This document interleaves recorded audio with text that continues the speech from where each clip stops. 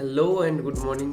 Welcome back to my new blog. और बहुत दिन से मैं सोच रहा था इस टॉपिक के ऊपर एक वीडियो बनाया जाए, क्योंकि चारों तरफ जितना डेंगू फैल रहा है तो उसके ऊपर तो डेंगू के लिए एक वीडियो बनना ही चाहिए। तो आज के टॉपिक में आज का जो टॉपिक होने वाला है वो है डेंगू। और आप लोगों को कैसे लगता है ज़रूर कमेंट में बताना, एंड तक ज़रूर देखना। और हो सके तो इससे 90% लोगों को हेल्प हो जाएगा, जितना हो सके शेयर करते जाना। तो चलिए शुरू करते हैं डेंगू के ऊपर बात करना। अब डेंगू क्या है, कैसे क्या करता है, सिम्टम क्या है, इसका ट्रीटमेंट क्या है, ए टू जेड आपको बताऊंगा। मगर वीडियो को एंड तक नहीं देखोगे तो आपको समझ में नहीं आएगा, और एंड तक नहीं देखोगे, अगर स्किप कर जाओगे तो आपको कुछ भी इसके फ़ायदा नहीं होने वाला है। तो इसको फ़ायदा दिलाने के लिए मैं शुरू करता हूँ डेंगू के ऊपर, और आप आखिर तक देखते रहना। सो डेंगू आपने नाम तो सुना ही होगा। हाँ, ये आजकल बहुत फैल रहा है पूरे इंडिया में, पूरे इतना ज़्यादा फैल चुका है ना। अब ये कोविड से भी तेज़ फैल रहा है। तो ये डेंगू के ऊपर मैं बात करता हूँ और आपको समझाता हूँ ये डेंगू है क्या। एक्चुअली डेंगू जो है ना, ये एक सिंड्रोम है, और सिंड्रोम उसी को बोला जाता है जो कि ना बहुत सारे डिजीज से बनता है, उसको ही हम सिंड्रोम बोलते हैं, ठीक है ना। तो ये डेंगू एक सिंड्रोम है, और डेंगू 4 सीरोटाइप में पाया जाता है। डेन 1, 2, 3, 4, ठीक है। उसके साथ साथ ये no cross immunity among the serotype, ये क्रॉस इम्यूनिटी नहीं दिखाता है सीरोटाइप में।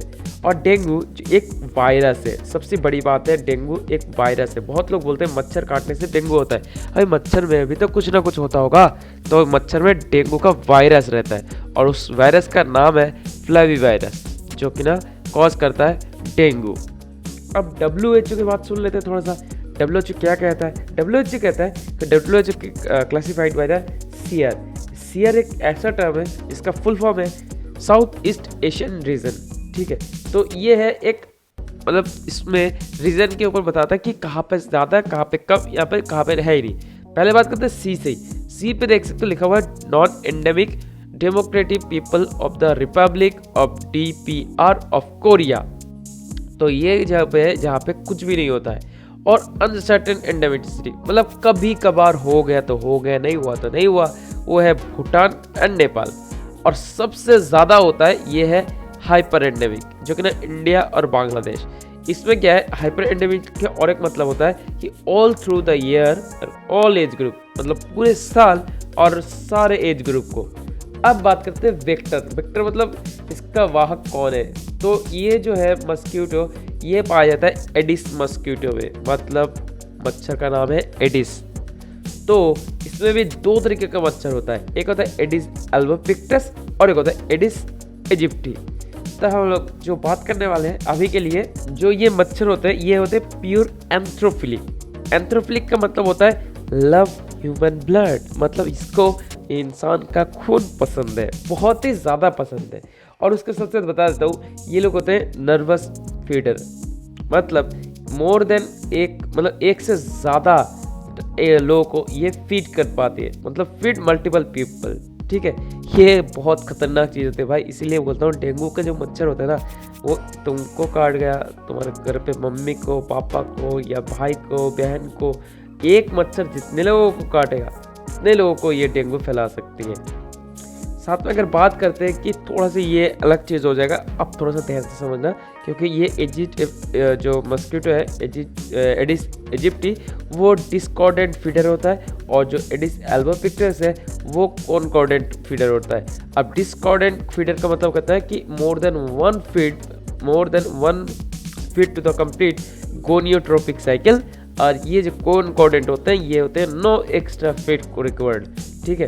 इसमें एक से ज़्यादा और इसमें कोई एक्स्ट्रा चाहिए ही नहीं। अब बात करते हैं कि once a mosquito is infected, मान लो कि आपको इन्फेक्ट कर दिया, तो remaining the infected for life time.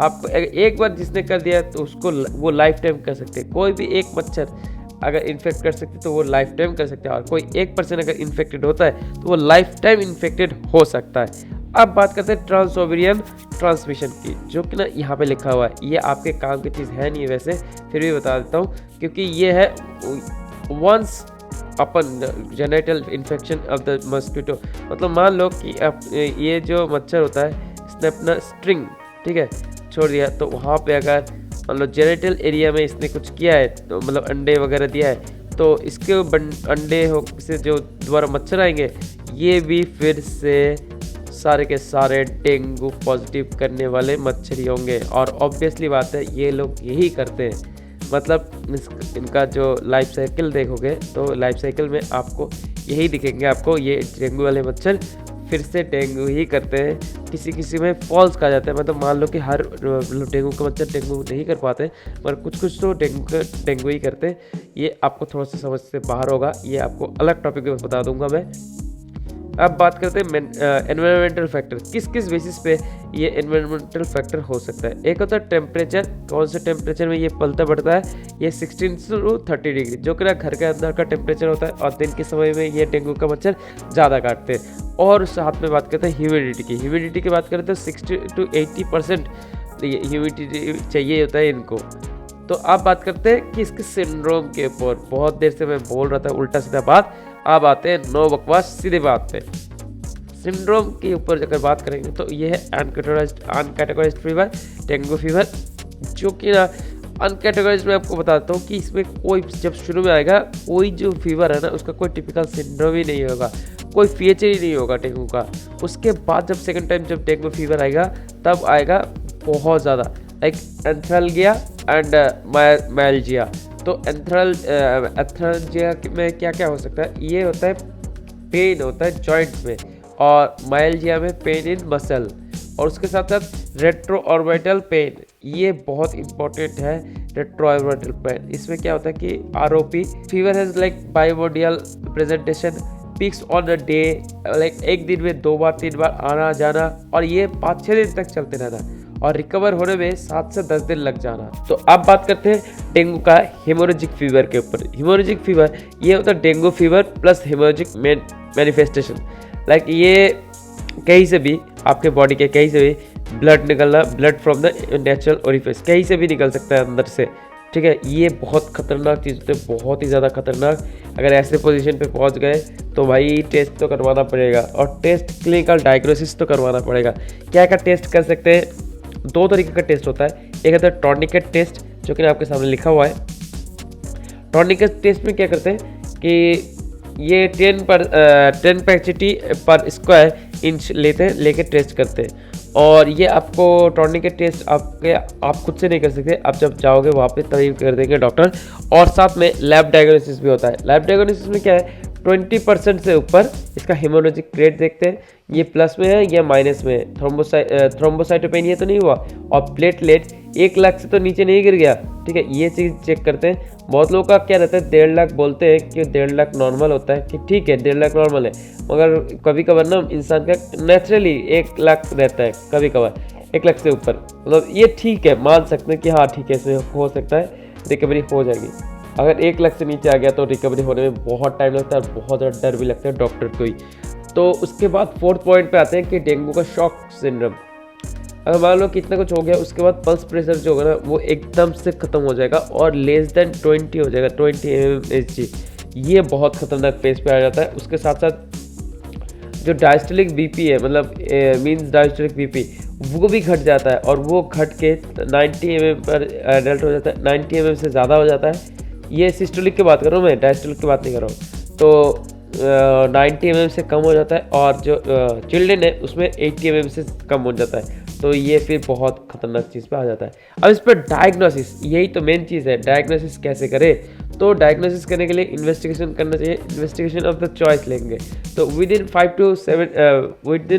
to 5 days of fever, like जो टेस्ट करवाएंगे वो है NS1 एंटीजन टेस्ट। ये एक बहुत बढ़िया टेस्ट होता है, लाइक इससे आपको एंटीजन का पता चलता है, IgM, उसके ऊपर हम लोग रिसर्च करते हैं जो लैब टेस्ट में ही होता है। और वो 5 दिन के फीवर के बाद, लाइक मोर देन 5 दिन, अब क्या करेंगे, IgM ELISA टेस्ट करवाएंगे, जो कि ना मैक कैप्चर होता है, मैक कैप्चर टेक्निक से करते हैं। वे IgM जो टेक्निक है ये इतना ज़्यादा एक्यूरेट होता है, आपको सारी चीज़ बता देता है। तो कभी भी अगर किसी का डेंगू हो तो आप 5 दिन के बाद उसका IgM टेस्ट ज़रूर करवाएं, ज़रूर, ठीक है। और जब शुरू में होता है वो तब NS1 एंटीजन टेस्ट ज़रूर करवाना। और उसके साथ साथ अब ट्रीटमेंट की बात करते हैं। देखो ट्रीटमेंट की बात मैं पहले ही बोल देता हूँ कि अगर घर पे ट्रीटमेंट करवाना होगा तो ठीक है, और अगर आपको नॉलेज है तभी करवाना, अगर नॉलेज नहीं है तो आप खुद से कुछ भी मत करना, कुछ भी। अगर खुद से कुछ करने जाओगे और कुछ और हो गया तो कुछ भी हो सकता है। तो प्लीज़ रिकमेंडेड डॉक्टर से ही परमिशन लेके फिर करना, नहीं तो मत करना।